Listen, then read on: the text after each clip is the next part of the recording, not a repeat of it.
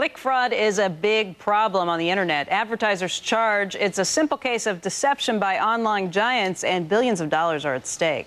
Tom Cuthbert is the president of Click Forensics. He joins us now with his firm's latest findings. And Tom, according to your research, it sounds like the problem is getting worse.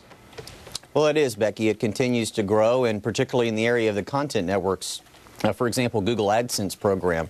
The rate has exceeded 28% of all clicks being invalid, with those that advertisers simply should not be paying for. All right, let's tell people, if they're not familiar with click fraud, what it is. This is a case where advertisers online a lot of times pay for every person who clicks through to their ad. That's right. Interestingly, as I was coming to the studio this morning, the driver was telling me that he himself had been a victim of click fraud and had been buying terms for his business. Yes, it was actually kind of an interesting conversation. And he said he had lost $600 from a competitor clicking on his ads, and he had a very difficult time getting any response from the search provider, and actually had tried to go after the guy that was clicking on his ads. But it's a big problem, and in the way that it works, Becky, is that it's a competitive click sometimes.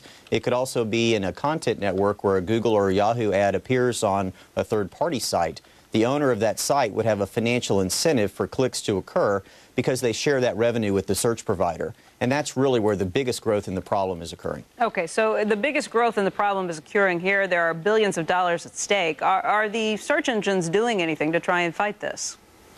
Well, you know, 6 quarters ago, Becky, you asked me if the search providers would be working with third parties, and I optimistically said that at some point they would. Here we are, 18 months later, and there's no announcement from the third parties.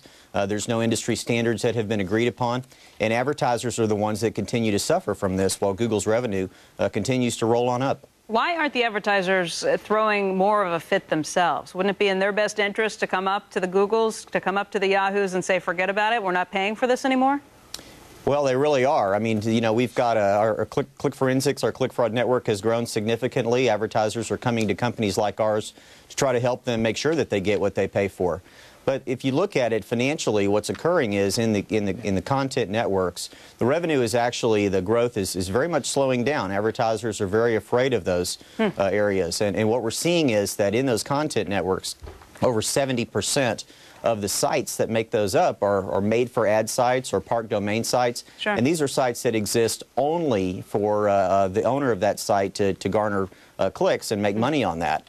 And the traffic that comes from those is very bad. And so what we're seeing and hearing is that advertisers are beginning to avoid that area. Yeah, I guess, Tom, my biggest surprise comes with the idea that the advertisers haven't taken a bigger stance to this point and just absolutely refused. I guess it shows you a little bit about how powerful these online search engines are and that the advertisers don't want to miss out entirely. But, Tom, thank you for bringing us this update, and we'll check back in with you. We would like to hear about whether there is any progress down the road and whether the advertisers are trying to take back the night.